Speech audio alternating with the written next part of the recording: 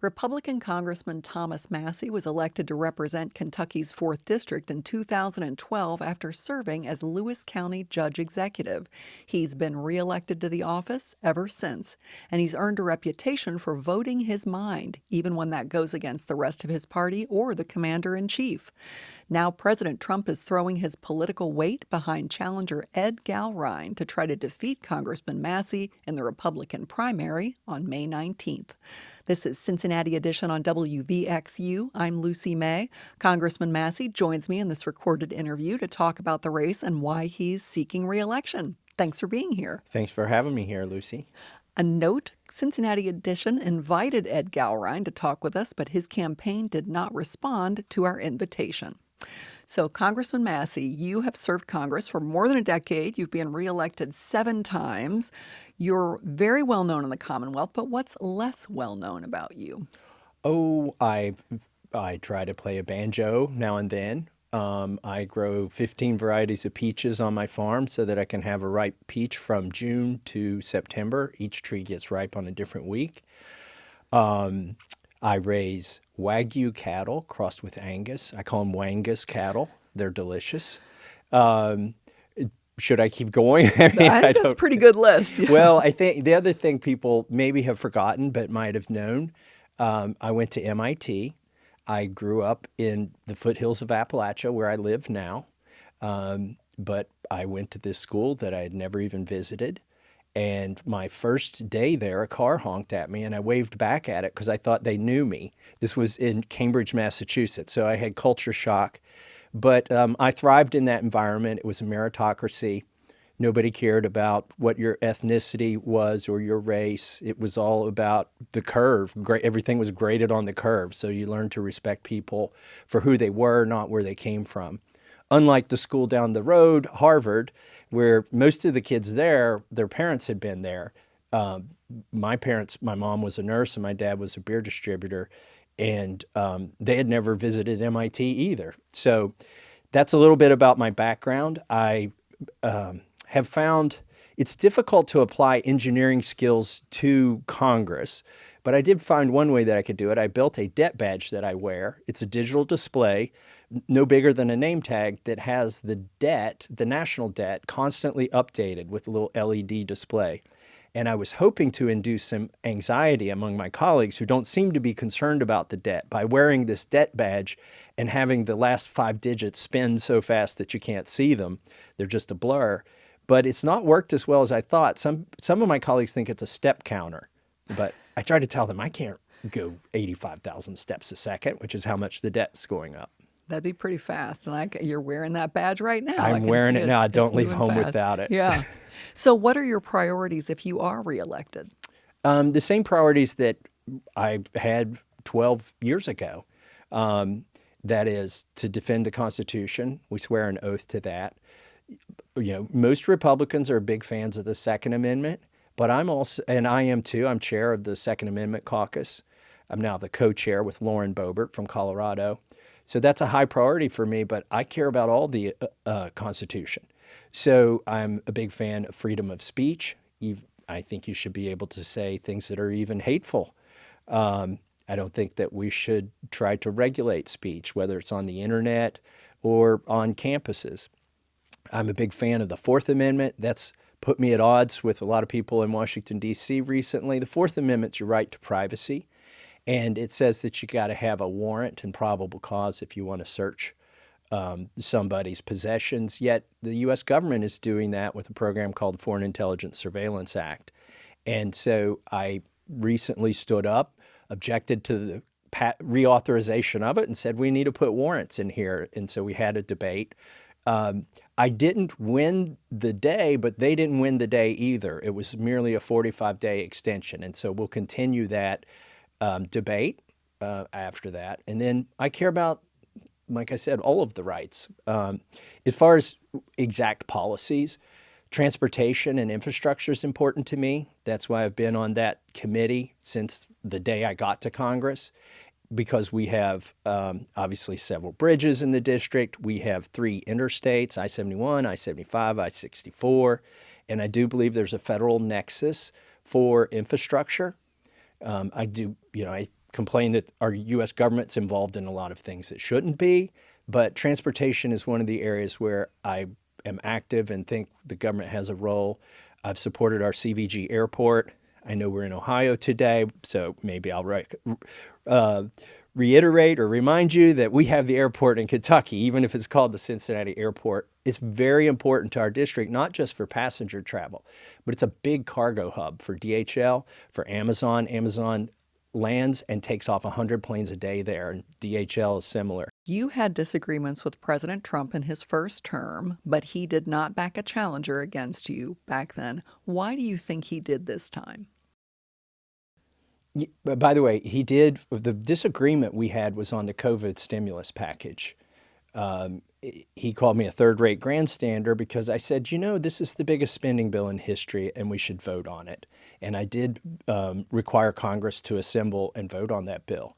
It passed, but I think it was important that we had a debate. And what I predicted would happen did happen. We've had a lot of inflation because we kept people from working and we printed money and told them to go spend it. He later, that was 2020. In 2022, he endorsed me, called me a first-rate defender of the Constitution. But now it is true that we're crossways on some issues. I've been careful to never insult him personally. He did call me a moron at the prayer breakfast, the National Prayer Breakfast, and I'm just glad I'm in his prayers. I refuse to reciprocate with the personal insults, and I always keep it to policy. So here are the policies that we disagree on, and I think what has encouraged him to back my opponent. The first is the big giant bill that passed. I'm not going to call it beautiful because once something gets above 1,000 pages, it's never beautiful. There were a lot of signature issues in there that are important to me. In fact, I have a standalone bill to eliminate taxes on tips and to eliminate taxes on Social Security. So that was a big incentive that those, or forms of those, were in that bill. The problem was the bill increased spending dramatically, more so than Joe Biden and Congress together had spent before Trump came in. And I said, if we pass this big bill, we're going to add to the debt and the deficit, and we're going to have higher inflation, higher interest rates, and higher costs of everything. And that is, in fact, what's happened. We've added $2.7 trillion to the debt since we took control of the House, the Senate, and the presidency. And when I say we, I mean Republicans. I think there are occasionally a few other issues. Just one little minor issue called the Epstein Files Transparency Act, which your listeners may have heard of before. I teamed up with a colleague on the other side of the aisle, Ro Khanna, and we led a 5-month effort to force a vote on a bill to release those files. And after 5 months, we succeeded. And lo and behold, when I got my bill to the floor, it passed 427 to 1 in the House, 100 to nothing in the Senate. And the president, who had previously said it would be a hostile act to back the bill, signed it himself. So I think he probably carries a grudge there on having all those files released. It is true that his Commerce Secretary was embarrassed. It's clear that Howard Lutnick lied to the public. And there are some other friends of the president who were embarrassed by that. There were national figures. The ambassador from Britain to the United States had to resign. The prince lost his title. The CEO of the World Economic Forum had to step down. So I think that's probably what got me in the most trouble. So why did you fight so hard to get the Epstein files released when so many Republican leaders and leaders in the party were against that?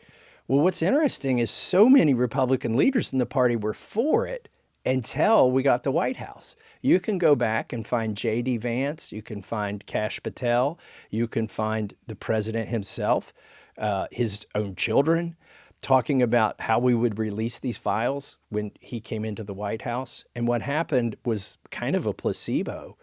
Pam Bondi handed out a bunch of binders that really had nothing in them. And then in the summer of the first year, they announced there would be no investigations whatsoever and that there was nothing else in these files. And I knew better because I was talking to the victim's lawyer. And they said there's a lot more in those files. These survivors, we prefer to call them, have given their testimony to the FBI, and they're not releasing that testimony. And there are men who are implicated in that testimony. And so that's when I decided to pursue it. And once I started pursuing it, and we had 2 press conferences with the survivors, many of whom had never had a chance to speak, they came forward. They spoke right there at the steps of the Capitol in the biggest press conference that has happened in the over a decade that I've been there. And what happened is my mission changed a little bit. I was in it for the sake of government transparency, but I became more motivated to do it for the survivors, like to get justice for them as I heard their stories.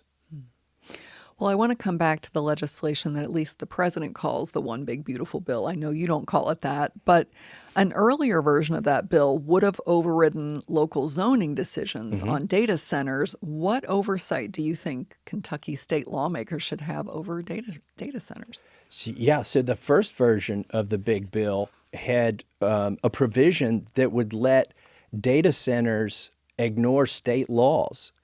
And not just state laws, but local zoning laws. And I think that's wrong. I think that, I call it sorting the smokestacks from the cul-de-sacs. That's not something the federal government can do from Washington, D.C. That has to be up to a local board and a local government. And in the first version of the big bill, they had a provision to overrule not just the states, but the local zoning commissions. And Marjorie Taylor Greene and I fought to get that taken out, and it was taken out, fortunately. That issue came up again recently in my Judiciary Committee.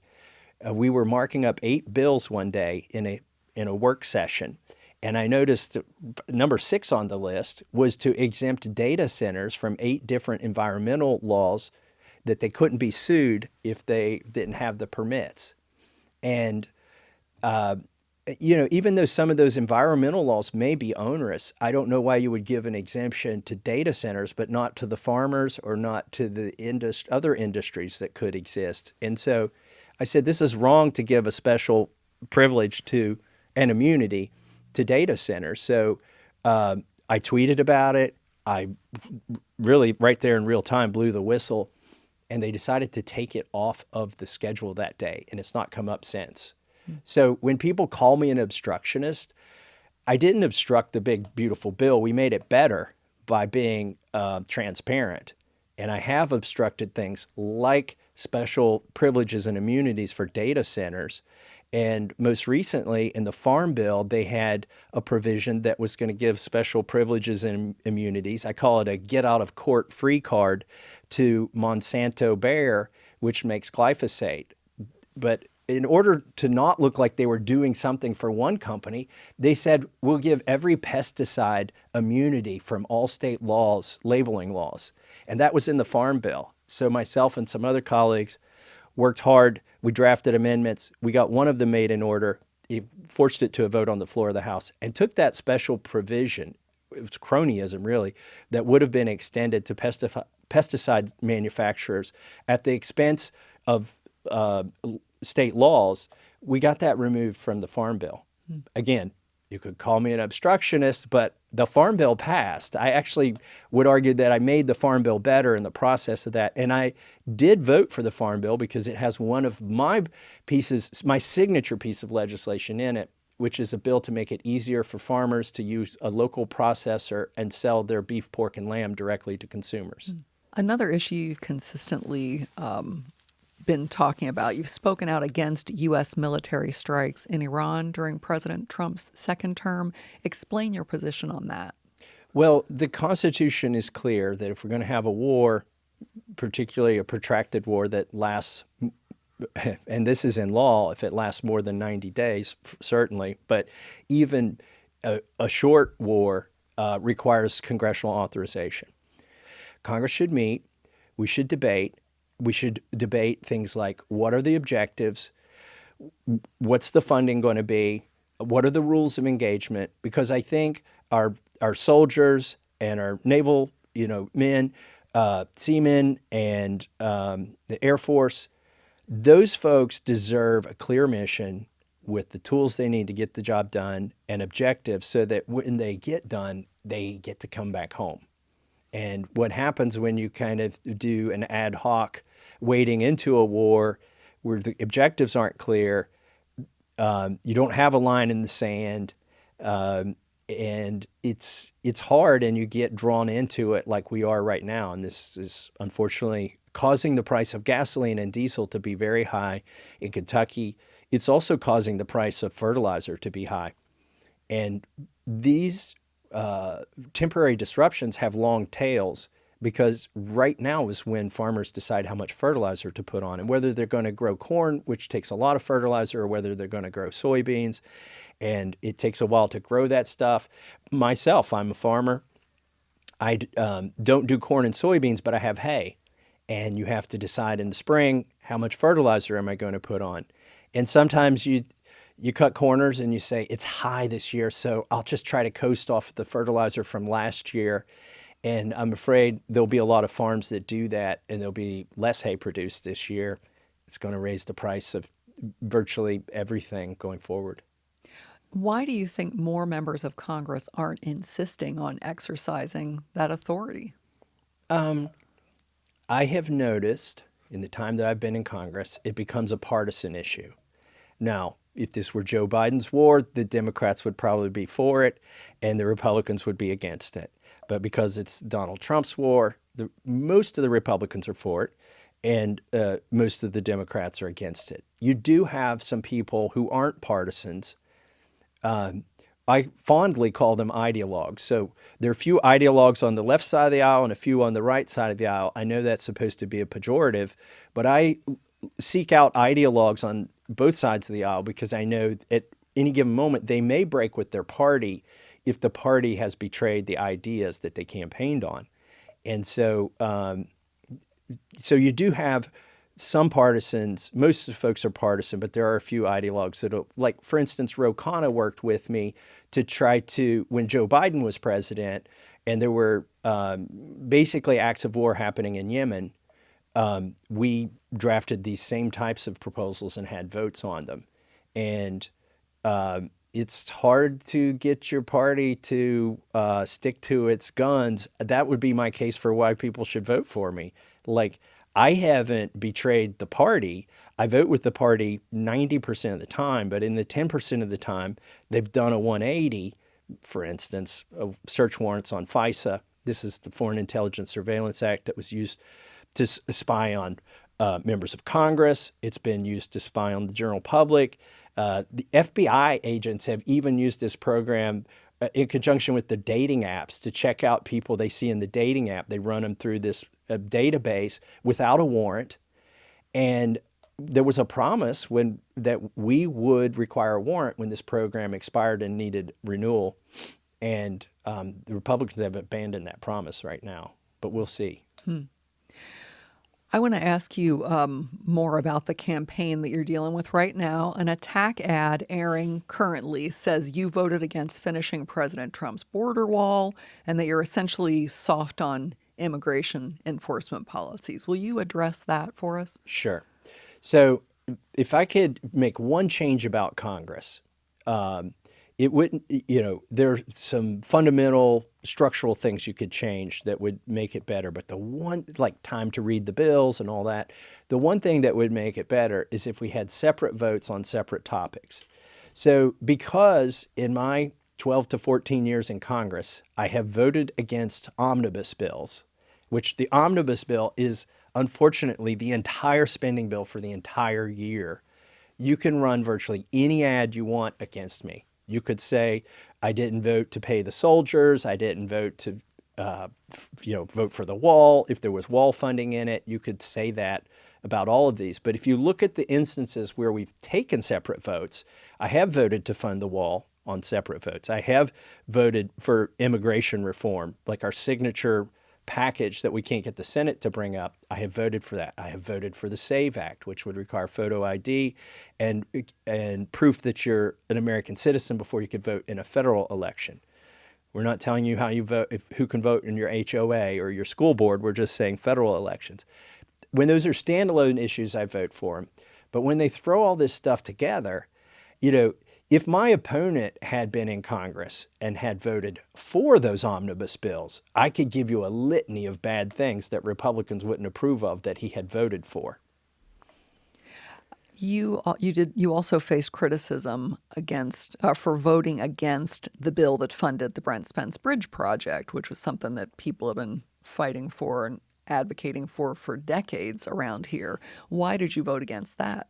That was Joe Biden's signature legislation, Infrastructure Investment and Jobs Act. And I have supported funding for the Brent Spence Bridge from the day I got to Congress because that's been a high priority. But again, in that bill, it was kind of a continuation of the profligate COVID spending. There were a couple bills under Trump in 2020 that spent over $1 trillion. And then Joe Biden continued some of that COVID stimulus. And then the Infrastructure Investment and Jobs Act, although it had, meritable things like the Brent Spence Bridge, had a lot of things that weren't infrastructure and a few things that are boondoggles. For instance, this is a very good sounding thing, but bringing broadband to everyone in rural areas, who wouldn't be for that, right? I don't have broadband at my house in my rural area, so I would love to have broadband there. The problem is billions of dollars have been wasted, hundreds of millions in Kentucky, on the promise of broadband to rural areas. And one person actually completed the task, that was Elon Musk, with Starlink. And I can tell you it works, and it works fabulously. I have it at my house. And the cost for a Starlink dish is like $600 and then $100 a month. But the cost, if the government wants to try to run a fiber optic cable up your holler or down your road, is in the tens of thousands of dollars. And that's the kind of short-sighted thinking. And they precluded Elon Musk from completing those contracts, for instance. Like, you would think, okay, well, if the government has a role in making sure that everybody has broadband, then why not just go get the cheapest solution? Well, there's too many cronies who have their hands in the till in Washington, D.C., the contractors that want to dig the dirt and put these cables underground.